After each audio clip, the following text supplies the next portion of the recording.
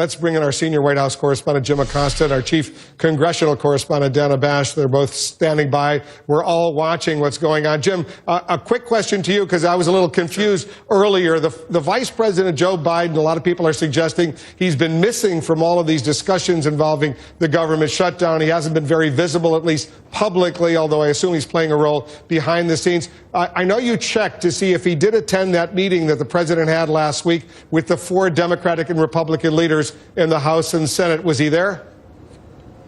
He was there at that meeting, Wolf, and it is interesting to talk about the vice president's role in all of this because, as you know, he was instrumental in brokering a deal to avert fiscal catastrophe the last time this came up back in 2011. He was apparently talking behind the scenes with the Senate Minority Leader Mitch McConnell quite extensively, and I can tell you from my standpoint, and I know other reporters have asked this question as well, what has the vice president been doing in this current standoff? And one thing I did hear from a Democratic source who would have some knowledge as to what is going on here at the White House and these negotiations, these discussions with Congress. The way it was explained to me, Wolf, is that because Mitch McConnell has also been very silent through much of this, he is facing a primary battle back in Kentucky as he's running for re-election.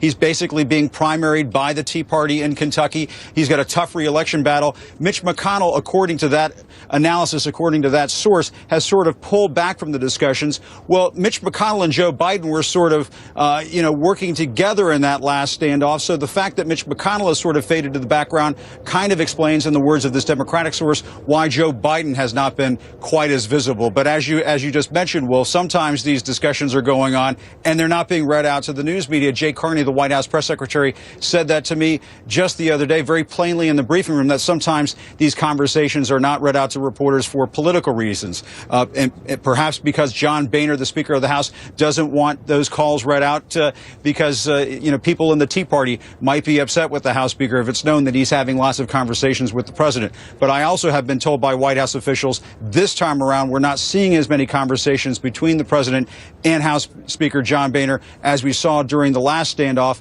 mainly because both sides are so locked into these positions, these polarized positions, that there really hasn't been that much to say at this point. Perhaps because of that conversation earlier this morning, that is starting to change a little bit, Wolf.